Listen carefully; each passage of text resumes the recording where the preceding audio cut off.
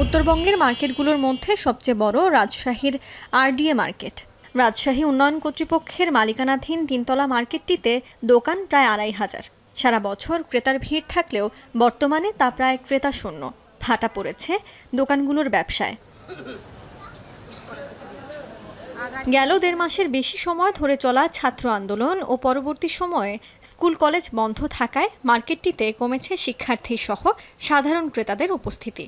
এই মার্কেটে কোনো রকম সহিংসতা বা ভাঙচুরের ঘটনা না ঘটলেও ক্রেতা না থাকায় দোকানগুলোর বেচাকেনা কমেছে ৮০%। ফলে অলস সময় পার করছেন বিক্রেতারা। স্বাভাবিক সময়ে এখানে প্রতি মাসে শত কোটি টাকার ব্যবসা হলেও চলমান মন্দায় অর্ধেকের নিচে নেমেছে। এ অবস্থায় দোকান ভাড়া ও কর্মচারীর বেতন সহ অন্যান্য খরচ মেটাতে বড় অঙ্কের লোকসান গুনছেন ব্যবসায়ীরা। রাজশাহী তো শিক্ষানগর, এই জন্য ব্যবসা ভালো হয়। তো শিক্ষানগর যদি বন্ধ থাকে তাহলে ব্যবসা ভালো হবে না। তো শিক্ষানগর যদি খুলে যায় তাহলে ইনশাল্লাহ ব্যবসা হবে। নিরাপত্তার দিক থেকে বলতে গেলে আমাদের তো ভয় আশঙ্কা থেকে যায়, কারণ আমাদের শহরে পুলিশ না, পুলিশ ছাড়া তো আর কেউ ওরকম নিরাপত্তা দিতে পারে না। বেশ কিছুদিন ধরেই লস। তো এখন যে সরকার আসছে নতুন, এর কাছে প্রত্যাশা আমাদের সব কিছু ঠিকঠাক করে দেবে। ক্রেতা নেই, ক্রেতার সংখ্যা এতটাই কম যে সবাই ভয় ভীতিতে অনেকে আসছে না, আমাদের বিক্রি হচ্ছে না। ৫ আগস্টের পর রাজশাহীর বিভিন্ন মার্কেট ও দোকানে ঘটে ভাঙচুর ও লুটপাটের ঘটনা। এতে নিরাপত্তাহীনতায় জনমনে ছড়িয়ে পড়ে ভীতি। তবে বর্তমানে কিছুটা স্বস্তি ফেরায় প্রয়োজনীয় কেনাকাটা সারছেন অনেকেই। আজকে প্রথম এই কয়েকদিন আন্দোলনের পরে আজকে প্রথম আমি বাইরে হয়েছি, কিছুটা স্বাভাবিক আছে, ভালো লাগছে। মানুষের ভিড় অন্য দিনের চেয়ে একটু কম।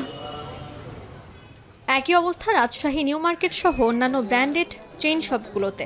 তবে সবচেয়ে বেশি সংকটে রয়েছে নগরীর থিম ওমর প্লাজা মার্কেট। ১৮ থেকে ২০টি দোকানে ভাঙচুর ও লুটপাট চালায় দুর্বৃত্তরা। এতে প্রায় ২০ কোটি টাকার ক্ষতি হয়েছে বলে দাবি ব্যবসায়ীদের। দিনে প্রায় ৫০ লাখ টাকার লেনদেন হওয়া মার্কেটটিতে বন্ধ রয়েছে বেশিরভাগ দোকান, চলছে সংস্কার কাজ। রাজশাহীতে সবচেয়ে বেশি ক্ষতি হয়েছে উমর থিম প্লাজা। আমাদের প্রথম অবস্থা ভেঙে ফেলেছিল, সামনে ভাঙার পরে এক গ্রুপ ভেঙে চলে গেছে। প্রায় ২ থেকে ৩০০ পোলাপান, এগুলা যারা আমরা হয়তো চিনি না, তারা বহিরাগত লোকজন এসে আমাদের মার্কেটটাকে ছিনতাই করে নিয়ে যায়। ব্যবসায়ীদের মধ্যে অনেকেই ক্ষুদ্র ঋণে জর্জরিত। এই লোকসান কাটিয়ে উঠতে অনেকদিন সময় লাগবে বলছেন আরডিএ ব্যবসায়ী সমিতির এই নেতা। ছোটোখাটো দোকানদাররা ক্ষুদ্র ঋণে নিয়ে তারা জর্জরিত, তাদের ঋণ কিন্তু মওকুফ নাই, তাদেরকে কিস্তি ঠিকই দিতে হচ্ছে। অনেক দোকান থেকে ইতিমধ্যে বন্ধ হয়ে গেছে। দ্রুতই পরিস্থিতি স্বাভাবিক হবে এবং লোকসান কাটিয়ে পুনরায় চাঙ্গা হবে ব্যবসা, সেই আশায় দিন গুনছেন তারা। এখন রাজশাহী ২৫০টিরও বেশি ডিজাইন অপশন নিয়ে ওয়ালটন স্মার্ট ফ্রিজ, বোঝে আপনার প্রয়োজন।